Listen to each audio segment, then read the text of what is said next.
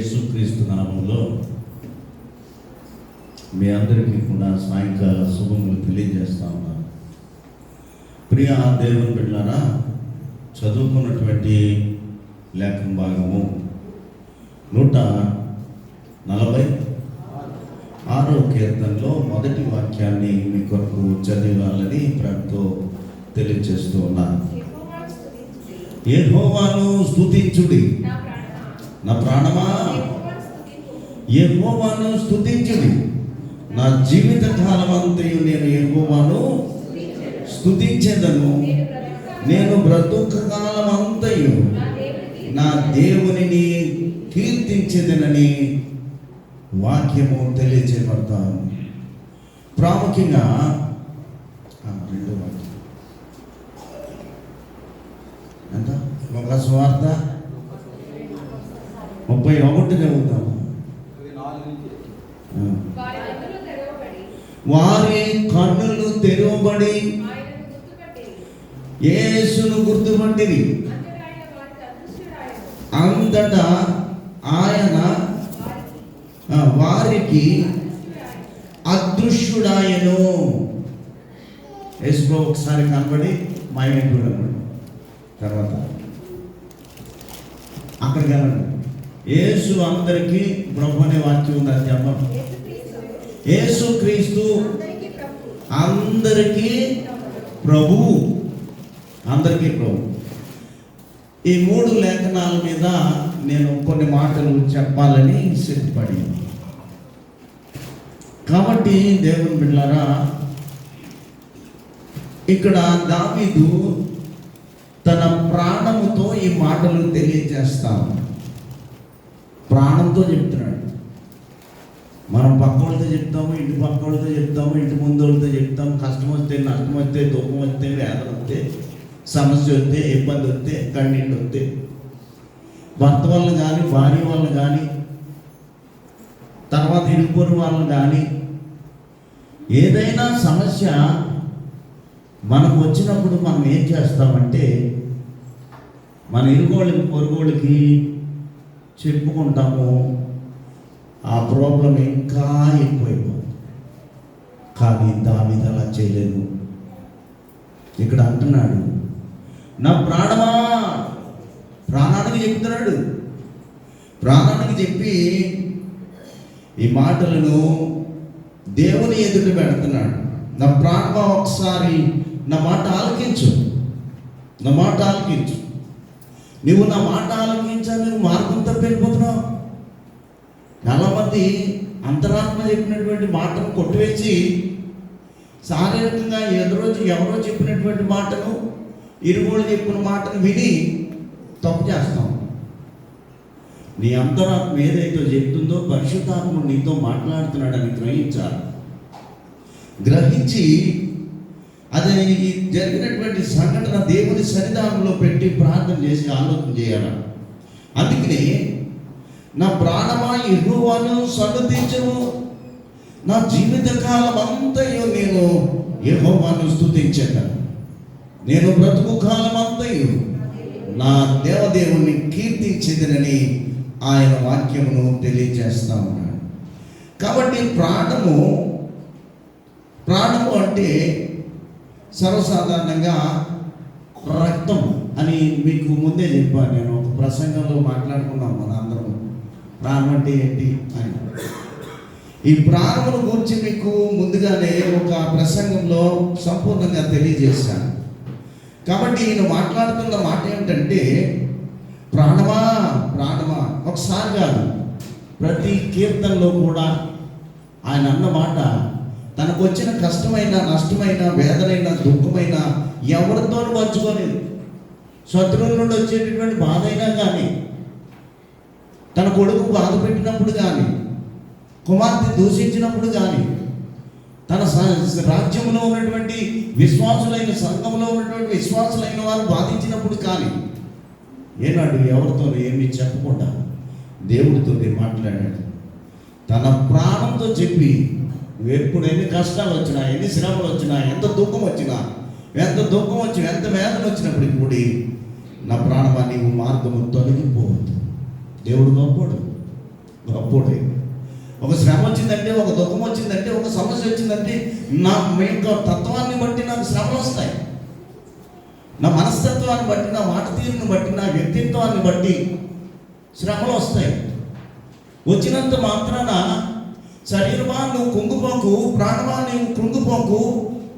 ఈయన చెప్తున్నటువంటి మాట, నా ప్రాణమా 103లో 2వ వాక్యంగా అక్కడ కూడా రాయబడి ఉంది కదా, నా ప్రాణమా యెహోవాను సన్నుతించుము, నా అంతరంగమా ఆయన చేసిన ఉపకారములను దేనిని మర్చిపోతామయ్యి కదా. ఒక 6 నెలలు అయ్యేసరికి, 3 నెలలు అయ్యేసరికి, 2 నెలలు అయ్యేసరికి ఉపకారం మర్చిపోతాం. ఉపకారం చేశాడు. మనుషులు కూడా అంతే. ఎప్పుడో మేలు చేశాడు, ఇప్పుడు కష్టం చేసేటప్పుడు వెంటనే రోసం వచ్చేది మనకి. ఎప్పుడో మేలు చేశాడు, ఆ మేలు గుర్తురాదు మనకి. ఇప్పుడు కలిగినటువంటి శ్రమే మనకు గుర్తొస్తుంది. వచ్చి వెంటనే తిరుగుబాటు చేస్తాం. అది క్రైస్తవ లక్షణం కానే కాదు. చెప్పడం వేరు, పాటించడం వేరు. నిజమే కదా. చెప్పడం వేరు, పాటించడానికి ప్రయత్నం చేయాలి. అది గొప్పతనం. మనిషి యొక్క గొప్పతనం ఏంటంటే, దేవుడంత సహనం మనకి ఎప్పుడు కానీ, దేవుని కంటే తక్కువ వారం కాబట్టి, దేవుడే తన చేతులతో చేసిన వారం కాబట్టి, దేవుడే తన జీవాత్మను మనలో ఊదాడు కాబట్టి, ఆయన ఆత్మ మనలో ఉంది కాబట్టి, కొంతగా ఉంటే కొంతమైన సహనం అనేది మనకి ఉండాలి. ముందు జరిగిన మేలును జ్ఞాపకం చేసుకొని ఇప్పుడు విమర్శించేటటువంటి విమర్శను కూడా దగ్గర తీసుకొని కొంతకాలము వేచి ఉండేవారుగా ఉన్నారు, కొంతకాలము వేచి చూచేవారుగా ఉన్నారు. ఆ కొంతకాలంలో నీవన్నీ కూడా సర్దుబాటు అవుతాయి, దిద్దుబాటు అవుతాయి. అందుకే ఆయన అంటాడు, నా ప్రాణమా, ప్రాణంతో చెప్తున్నాడు. ఇంకెవ్వరికి చెప్పకుండా జాగ్రత్త. దేవుడిచ్చిన ప్రాణం ఇది, దేవుడిచ్చిన ఆయువు ఇది, దేవుడిచ్చిన ఆత్మ ఇది, జీవాత్మ ఇది. కాబట్టి నా మాట విను. ఎంత ప్రశాంతంగా తెలియజేస్తుంది, ఎంత ప్రశాంతం. ఎక్కడ చూసినా కీర్తనలో, ఈ దావీదు రాసిన కీర్తనలో ప్రతి చోట నా ప్రాణమా, నా ప్రాణమా, నా ప్రాణమా, నా ప్రాణమా. ఎప్పుడన్నా నీకు కష్టం వస్తే ప్రాణాన్ని చెప్పువా, నువ్వు కంగారు పడకు అన్నావా? అనలేక మనం. అది మనకి సరిపోదు. చూడండి 72 ప్రాణం అంటే ఏంటో 14 వచనంలో కనపడుతుంది. ప్రాణం అంటే ఏంటి? కపట బలాత్కారము నుండి అతడి వారి ప్రాణమును విమోచించు. వారి ప్రాణము అతని దృష్టికి ప్రియముగా ఉండును. అక్కడ పుట్టినట్లు ప్రాణం అని పుట్టినట్లు 1 వేశారు. ఇది వారి రక్తము. రక్తం లేకపోతే మనిషి ఈ ఘటన నిలబడదు అండి. రక్తం తక్కువ వచ్చిందండి ఆయనకి అంటే మనం ఏం చెప్పాలి? అక్షరాల్లో మనం చెప్పాలంటే ప్రాణం తక్కువ వచ్చిందని చెప్పాలి. ప్రాణం చిన్నది. రక్తం తక్కువ వచ్చిందంటే ప్రాణం తక్కువ వచ్చిందని అర్థం. ఏమో చెప్పలేము. కాబట్టి నీ ప్రాణాన్ని ఎప్పటికప్పుడు గద్దించుకోవాలి. నీ ప్రాణానికి ఎప్పటికప్పుడు కష్ట సుఖాలను పంచుకోవాలి. నీ ప్రాణాన్ని ఎప్పుడు కూడా నీతిగా, యథార్థంగా, పవిత్రంగా, పరిశుద్ధంగా, నిష్కలంగా, నిర్దోషంగా, దేవుని దృష్టిలో యథార్థము కలిగినటువంటి ప్రాణముగా నీ ప్రాణాన్ని మందలించుకొని ఒక నిజమైనటువంటి క్రైస్తవుడిగా, ఒక నిజమైనటువంటి క్రైస్తవురాలుగా దేవుని యొక్క వాక్యానుసారంగా నడిచే ఉండాలి. ఈ ప్రాణానికి హెచ్చరికలు ఇస్తూ ఉండాలి మనం ఎప్పటికప్పుడు. అందుకని ఎప్పటికప్పుడు ప్రార్థనకి ఆయన తలుచుకున్నప్పుడల్లా నా ప్రాణమా, నా ప్రాణమా, ఈ రీతిగా ఎప్పటికప్పుడు ఆయన తన ప్రాణానికి హెచ్చరిస్తూ ఉన్నాడు. అందుకనే మా నాయ చూస్తున్నాడు, ఒక్క చిన్న పళ్ళం ఎక్కడో కానీ పెట్టుకున్నాను. ప్రాణమా ప్రాణమా ఎందుకే తొందర, ప్రాణమా ఎందుకే తొందర, దిగులు పడకు, వేదన పడకు, ప్రభువు తోడుండగా. దిగులు పడకు, వేదన పడకు, ప్రభువు తోడుండగా. ప్రాణమా ప్రాణమా నిన్ను పిలిచిన వాడు నీతోనే ఉండగా భయమే నా ప్రాణమా. నిన్ను పిలిచిన ప్రభువు నీతోనే ఉండగా దిగులే నా ప్రాణమా. కృంగిన సమయాన నిన్ను లేవదీసి, కృంగిన సమయాన నిన్ను లేవదీసి ఆదరించును ప్రాణమా, ఆదరించును ప్రాణమా. ప్రాణమా ఎందుకే తొందర, ప్రాణమా ఎందుకే తొందర. దిగులు పడకు, వేదన పడకు, ప్రభువు తోడుండగా. దిగులు పడకు, వేదన పడకు, ప్రభువు తోడుండగా. నమ్మకమైన నీ దేవుడు నెమ్మదినిచ్చెను నా ప్రాణమా. నమ్మకమైన నీ దేవుడు నెమ్మదినిచ్చెను నా ప్రాణమా. నమ్మిన ఎడల రక్షణ కలుగును, నమ్మిన ఎడల రక్షణ కలుగును. నమ్మకముంచుము నా ప్రాణమా, నమ్మకముంచుము నా ప్రాణమా. ప్రాణమా ఎందుకే తొందర, ప్రాణమా ఎందుకే తొందర. దిగులు పడకు, వేదన పడకు, ప్రభువు తోడుండగా. దిగులు పడకు, వేదన పడకు, ప్రభువు తోడుండగా. ప్రాణమా ప్రాణమా ప్రాణమా. కాబట్టి ప్రాణాన్ని మనం హెచ్చరించాలి, దేవుడిచ్చిన ఆయువుని హెచ్చరించాలి.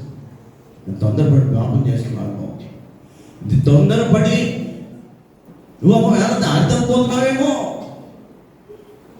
దారి తప్పిపోయినప్పుడు ప్రాణమానవు తొందరపడకు. ఎదుటి వారిని దూషించట్లో కానీ, విమర్శించట్లో కానీ, హేళన చేయట్లో కానీ, ఎగతాళి చేయట్లో కానీ నీ ప్రాణము ఒకవేళ తొందరపడినప్పుడు వెంటనే హెచ్చరించేవారిగా ఉండాలని దేవుని వాక్యము తెలియజేస్తాను. కాబట్టి దేవుని బిడ్డలారా, దావీదు ఈ రీతిగా ప్రార్థన చేస్తున్నాడు. నా ప్రాణమా వెంట మాత్రము తొందరపడవద్దు, తొందరపడవద్దు. ప్రభువు నీతో ఉన్నాడు, దేవుడు నీతో ఉన్నాడు. సమస్తము ఆయన నీ పక్షము ఉండగా నీకు ఎంత మాత్రము కూడా లోటు ఉండదని. అవును, మనం ఒక్కొక్కసారి కృంగిపోతూ ఉంటాం. ఆర్థికమైన ఇబ్బందులు వచ్చినప్పుడు, శారీరకమైన ఇబ్బందులు వచ్చినప్పుడు, వ్యక్తిగతమైన ఇబ్బందులు వచ్చినప్పుడు, ఏదో ఒక అనుకోని సంఘటన మనకు ఎదురైనప్పుడు, నీ పిల్లల ద్వారా, నీ ద్వారా, లేకపోతే నీ కుటుంబం ద్వారా, ఎవరో ఒకరి ద్వారా సతాను గారు నేను శోధించినప్పుడు కృంగిపోతాం. అప్పుడు ప్రాణానికి చెప్పాలి, నా ప్రాణమా, నా ప్రాణమా అంటాడు కదా. విధవరాల పక్షాన ఉన్నవాడు ఆయనే, ప్రాణమా.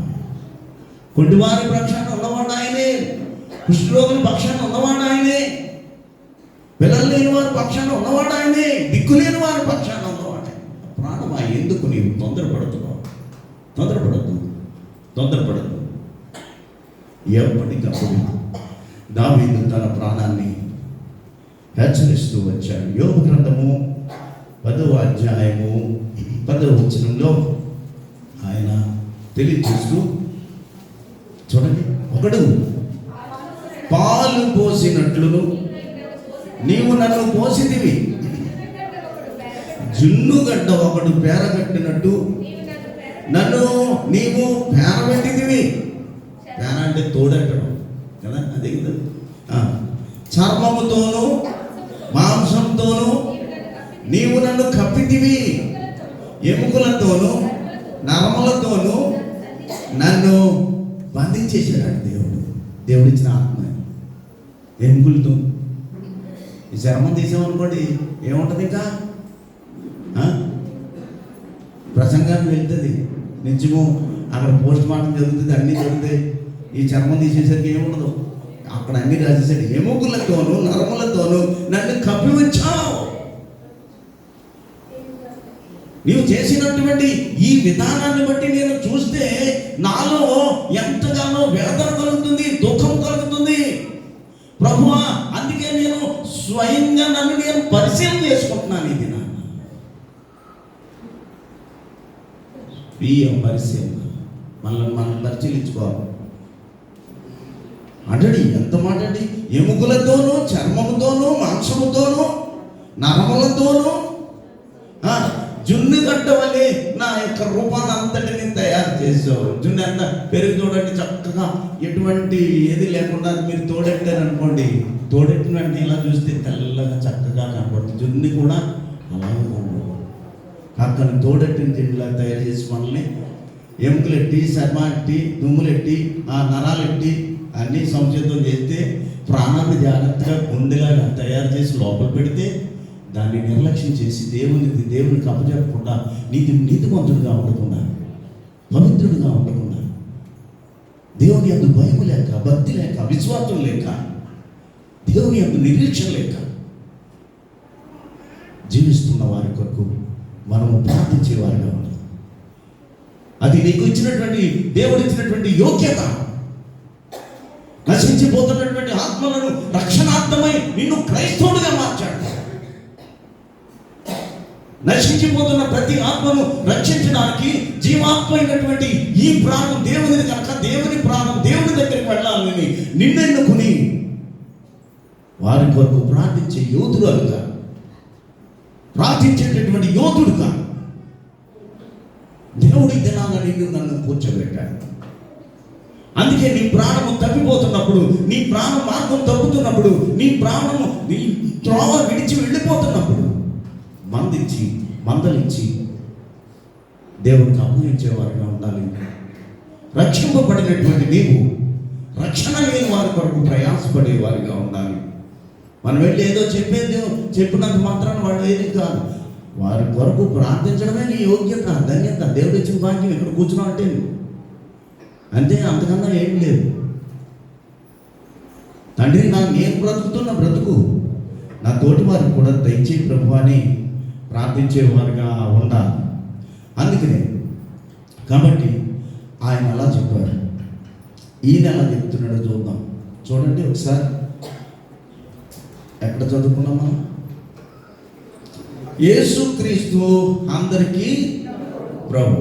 దావీదు ఆ రీతిగా మాట్లాడి ఇప్పుడు ఇక్కడ ఉన్నటువంటి అపొస్తలుల కార్యముల్లో మాట్లాడినటువంటి మాట 4:12 దేవుడు యూదులకు మాత్రమే కాదు, అన్యులకు మాత్రమే కాదు, సమస్త మానవాళికి యేసుక్రీస్తు అందరికీ ప్రభువు.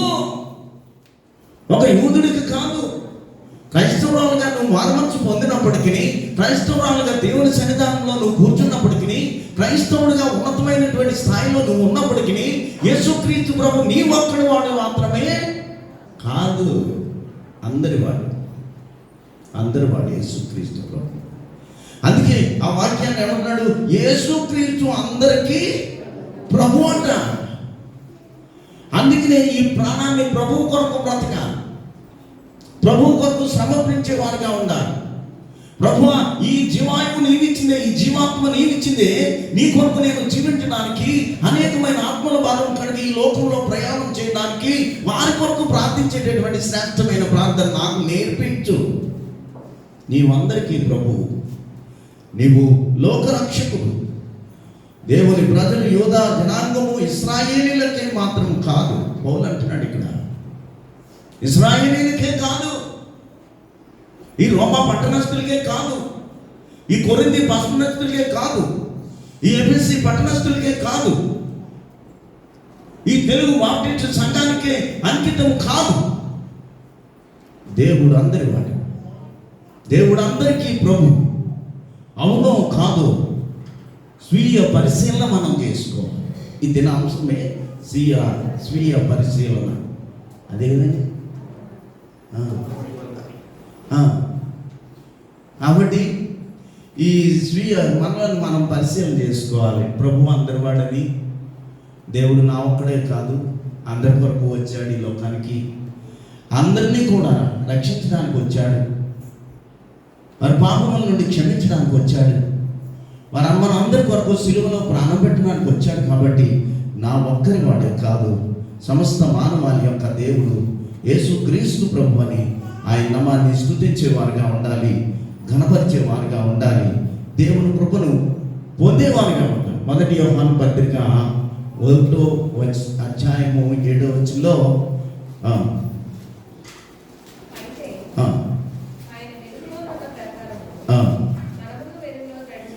మొదటి జాన్ 1:7 యేసు రక్తము ప్రతి పాపం నుండి మనలను ఉన్నదండి.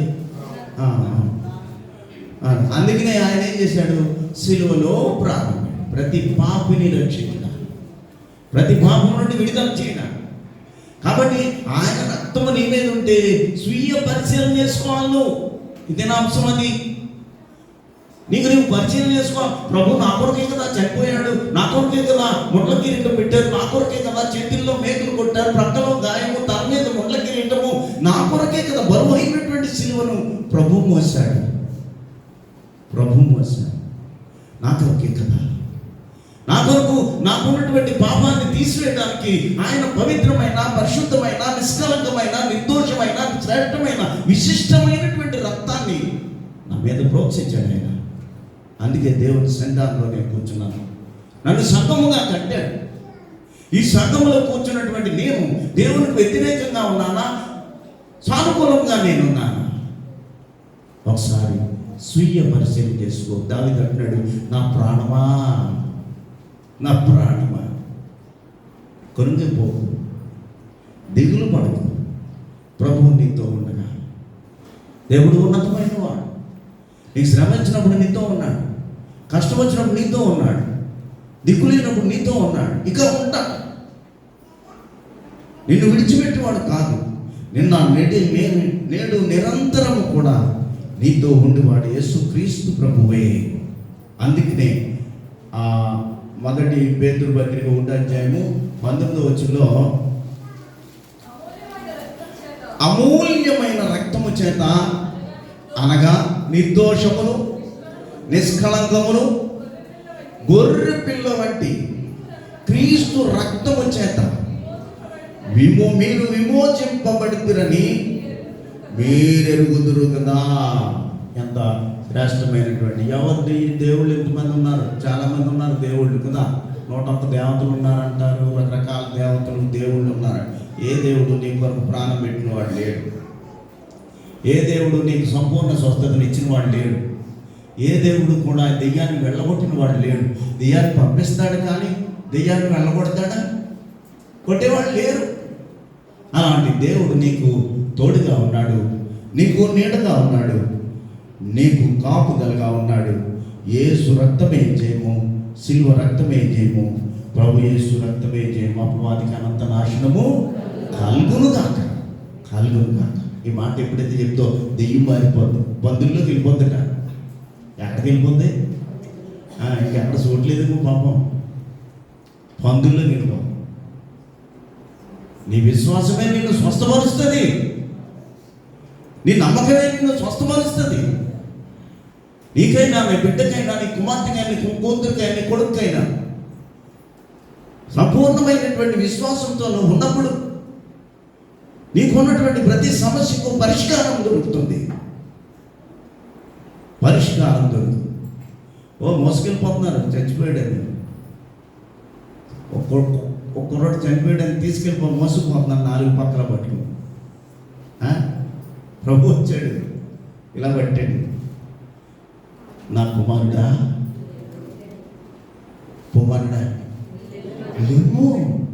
లెమ్ము. నిజా, శక్తిమంతుడు దేవుడు. సమాధిలో తిరుగుతున్నాడు, రాయి దొరికితే నెత్తిమ కొట్టేసుకుంటున్నాడు. ఎవడన్నా దగ్గరికి పోతే ఆడు కొట్టేస్తున్నాడు. పిచ్చోడు, మంచోడే, తెగిపట్టింది. ప్రభు వచ్చినాడు, రక్షించాడు. నేను నా పనివాడు బలహీనుడై పడిపోయి ఏడుస్తున్నాడు. ప్రభు అందరికీ ప్రభు అండి. యేసు అందరికీ దేవుడు.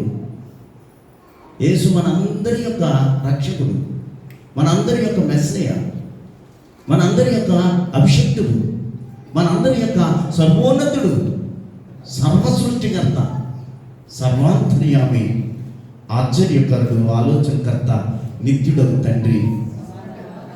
కనుక అందరికీ ప్రభు యేసుక్రీస్తు అయి ఉన్నాడు.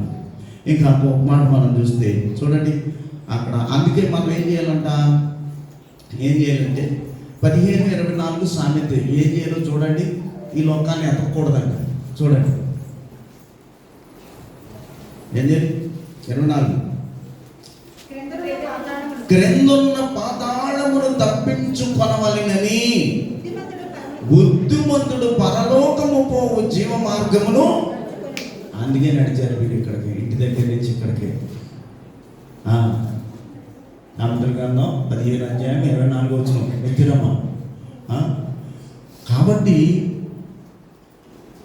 కిందున్న పాతాళాన్ని తప్పించుకోవాలని పరలోకానికి వెళ్ళే మార్గాన్ని నిలుపుకుంటూ మీరు వచ్చారు. ప్రభువే పరలోకపు మార్గము, ప్రభువే ఆయన లోక రక్షకుడు. మీ పిల్లలు తీసుకుని వచ్చారంటే, భర్తలైన వారిని తీసుకుని వచ్చారంటే అక్కడ ఎంత క్లియర్గా, క్రిందనున్న పాతాళమును తప్పించుకొనవలెనని బుద్ధిమంతుడు పరమునకు పోవు జీవ మార్గమును నడుచుకొనును. జీవ మార్గం, ఆ జీవ మార్గమే క్రీస్తు, ఆ జీవ మార్గమే యేసుక్రీస్తు. కనుక మనం ఎల్లప్పుడూ కూడా దేవుని యొక్క కృప చొప్పున, దేవుని యొక్క సంకల్పం చొప్పున, ప్రభువా నన్ను కనికరించుము, తండ్రి నన్ను కనికరించుము, నీ కృప చొప్పున, నీ కనికరం చొప్పున, నీ వాత్సల్యత చొప్పున నన్ను కనికరించమని. ఒక్కడే దేవుడు. మొదటి తిమోతి పత్రికలో దేవుడు ఒక్కడే. దేవునికి మనిషికి మధ్యవర్తి. నేను చూడండి ఒకసారి వాక్యం. మొదటి తిమోతి పత్రిక 2:5 దేవుడు ఒక్కడే, దేవునికి నరులకును మధ్యవర్తి ఒక్కడే, ఆయన క్రీస్తు యేసును నరుడు. ఈయన అందరి కొరకు విమోచన క్రయధనముగా తన్ను తానే సమర్పించుకొనెను. కల్వరి కొండను ఆయన రక్తం చెందించాడు నీ కొరకు. అందరికీ ప్రభు ఒకడే. ఆ మాట ఇక్కడ లింక్ చేశారు. క్రీస్తును వాడు, యేసు క్రీస్తు ప్రభు. కనుక ఆయన చెప్తున్న మాట, నరుడు ఒక్కడే, నరుడుగా ఈ లోకానికి వచ్చాడు, నిన్ను నన్ను కనికరించాడు. కాబట్టి మనం ఏం చేయాలా? కయ్యూను నడిచిన నడకలో మనం నడవకూడదు. బిలాము నడిచినటువంటి నడకలో మనం నడవకూడదు. సమస్తము కూడా పాపం విషయంలో ఆతురపడకూడదు. ఆతురత పడకూడదు. అలాంటి ఆలోచనలు వచ్చినప్పుడు నా మీది వలె నా ప్రాణమా నన్ను జ్ఞాపకం చేసుకో. దేవుడు చెప్పిన మాట వినాలి, కానీ దేవుడు చెప్పిన మాట ఎంత మాత్రమో వినకూడదు. యేసు అందరికీ ప్రభు అని తెలుసుకోవాలి. ఆయన నీ కొరకు నా కొరకు నిర్దోషమైన నిర్దిష్టమైనటువంటి శ్రేష్టమైనటువంటి నిష్కలంకమైనటువంటి రక్తాన్ని నీ మీద ప్రోక్షించాడని, ఆయన జీవాత్మ నీలో నాలో ఉందని మనము ముందుకు సాగే వారిగా ఉండాలి. అందుకొరకు దేవుని చిత్తం చొప్పున, దేవుని సంకల్పం చొప్పున నడిచేవారుగా ఉండాలి. ఇక్కడ ఎమ్మాయి మార్గంలో యేసు అనే ప్రసంగం ఉంటుంది. ఎప్పుడు? కరోనా టైంలో. ఇప్పుడు మనం చదువుతున్న వాక్యం ఎందులోది? 31:24 లోకాసు వార్త. వస్తున్నాడు ఆయన. ఇప్పుడు ఎమ్మాయి మార్గంలో యేసు అని మన కరోనా టైంలో ప్రసంగం ఉంటుంది, మంచి ప్రసంగం. ఒకసారి వినండి, అది ఇది ఒకటే. కాబట్టి ఇక్కడ ఏమంటున్నాడంటే, ఎమ్మాయి మార్గంలో కొందరు నడుస్తూ ఉన్నారు, వెళ్తూ ఉన్నారు. ఈ వెళ్ళేటటువంటి టైంలో వారి ముగ్గురులో ఒక్కరిగా ప్రభువు నిలబడ్డాడు. ఉదాహరణకు మీరు వెళ్తున్నారు అనుకోండి,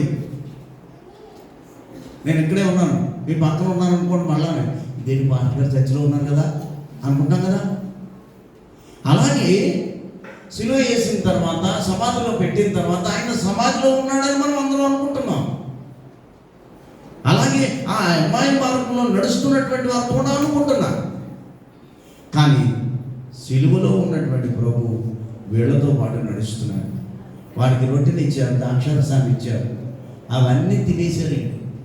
ఒక ఇంట్లోకి వెళ్ళారు. అప్పుడు ఆలోచించి ఏమంటున్నారంటే, హృదయములను కొట్టుకుంటున్నారు. అక్కడ హృదయాలు మండిపోతున్నాయి. వచ్చినట్టు ఎవరో కాదు, యేసు ప్రభువయ్యా బాబు, మనం ముగ్గురు మాత్రమే ఉన్నాము, మనం నలుగురు మాత్రమే ఉన్నాము. 5వ వాడు వచ్చాడు మనతోని, షడ్రక్ మెషక్ అబేద్నెగోలు. ఆ ముగ్గురు అగ్నిగుండంలో కాలిపోతుంటే రాజుగారు వచ్చారు కూడా, అగ్నిలో వేసేసారు. 7 అంతలు చేసి 2 అంతలు చేసేసారు అగ్ని అంతా, అందులో వేసేసారు షడ్రక్ని మెషక్ని అబేద్నెగోలు. కానీ 4వ వాడు కనబడుతున్నాడు. వాళ్ళ వస్త్రాలు కాలేదు, వాళ్ళ బట్టలు కాలేదు, శరీరం కాలేదు, అగ్నిలో అల్లాడుతూ ఉన్నారు. వారితో పాటు 4వ వాడు తిరుగుతున్నట్లుగా యేసుక్రీస్తు ప్రభు కూడా వీరితో పాటు నడిచి ఇంటిలోనికి వెళ్ళి రొట్టెను ద్రాక్షారసం ఇచ్చిన తర్వాత గ్రహిస్తున్నారు, అయ్యో మనతో ఉన్నవాడు ప్రభువే, ఆయన అందరికీ ప్రభు. ఆ ప్రభువే ఈ దినాన మనకి ద్రాక్షారసాన్ని ఇచ్చాడు, ఈ దినాన మనకి రొట్టెని ఇచ్చాడు, మనతో సహవాసం చేసి కూర్చున్నాడు కదా. మనం గ్రహించలేకపోయాం, కన్నీళ్లు కాలుస్తున్నాం. యేసుక్రీస్తు మన దగ్గరికి వస్తే ప్రభు ఒకసారి, మన ఈ మధ్య ఎవరి దగ్గర చెప్పాను, ఒకసారి తలుపు కొడతాడు దేవుడు, కొట్టిన వెంటనే తలుపు తీయాలి.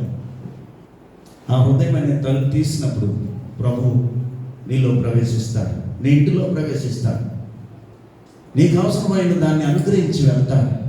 ఆయన దీవించేవాడు కానీ శపించేవాడు ఎంత మాత్రమును కానే కాదు. కనుక ఒకసారి కొడతాడు ప్రభు. నువ్వెన్నిసార్లు ప్రార్థన చేస్తే అన్నిసార్లు నువ్వు ప్రార్థించిన టైంలో ఒకసారి కొడతాడు. వచ్చి కొట్టిన వెంటనే తలుపు తీసానుకో, ఆయన వస్తాడు, నీ జీవితాన్ని పరిశీలన చేస్తాడు. అప్పుడు నువ్వు చెప్పవలసింది, నా ప్రాణమా, నన్ను నేను స్వీయ పరిశీలన చేసుకుంటున్నాను. నాలో జీవం ఉంది, నాలో వాక్యం ఉంది, నాలో ప్రార్థన ఉన్నది, నాలో స్తుతి ఉన్నది, నీకు అంకితమై నేను బ్రతుకుతున్నాను, నేను నిరీక్షణ గల జీవిగా నేనున్నా, నన్ను దీవించు ప్రభు అని అనాలి. ప్రభు వచ్చాడు, వాళ్ళతో కలిసి ఉన్నాడు. ప్రభు వెళ్ళిపోయాక బాధపడుతున్నారు. ఆ మాట చదవండి, 30 ఎంత, ఒకటేనా? 30 నుంచి రండి. ఒక రెట్టెను పట్టుకొని స్తోత్రము చేసి దాన్ని విరిచి వారికి పంచిపెట్టగా వారు కన్నులు తెరవబడెను.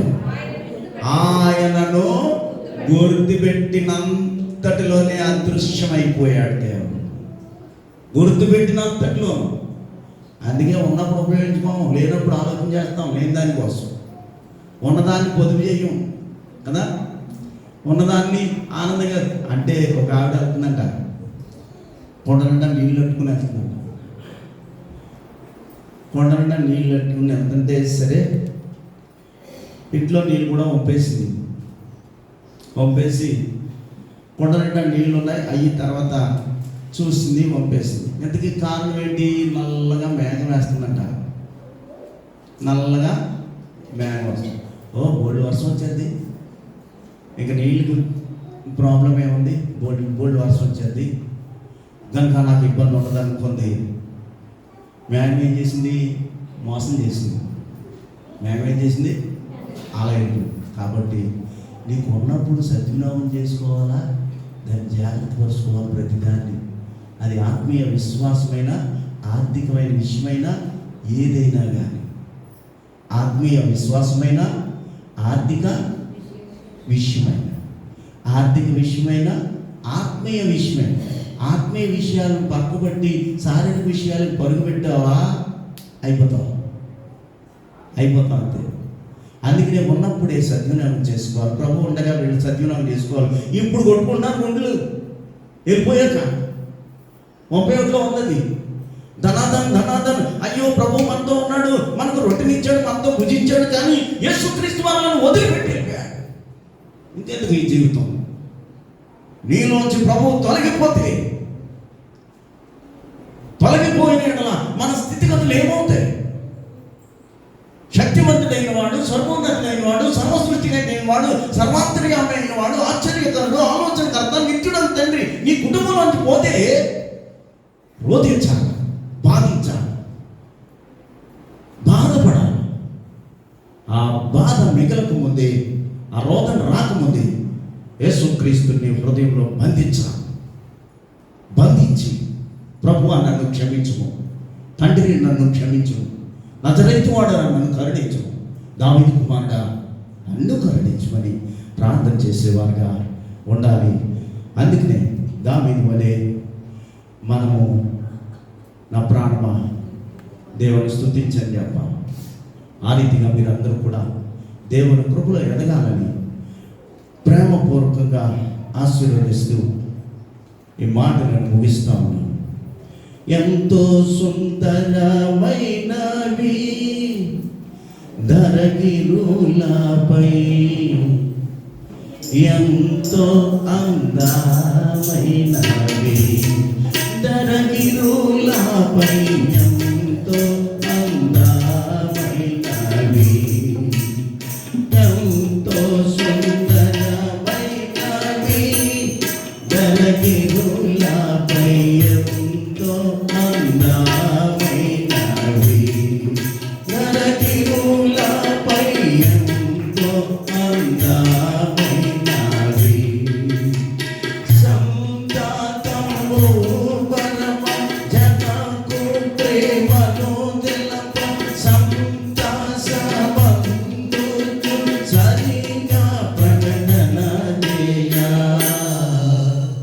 అంతటను బని భూని ప్రభున ఎంతముగ ప్రకటించు వసుధన, అంతటను బని భూని ప్రభున ఎంతముగ ప్రకటించు వసుధన, అంత మగు శుభవార్త ఘాటికు వింతయము బోధముల పాదము, ఎంతో సుందరమైనవి ధరగిరులపై, ఎంతో అందమైనవి ధరగిరులపై, ఎంతో అందమైనవి.